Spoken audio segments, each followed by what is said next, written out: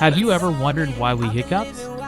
Hiccups occur when the diaphragm, a muscle responsible for breathing, contracts suddenly and involuntarily. This contraction is followed by a quick closure of the vocal cords, creating the hic sound.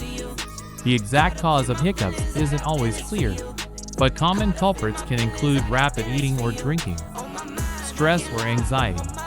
While hiccups are usually harmless and temporary, if they persist for an extended period of time, it may be a sign of an underlying medical issue that should be checked by your healthcare professional.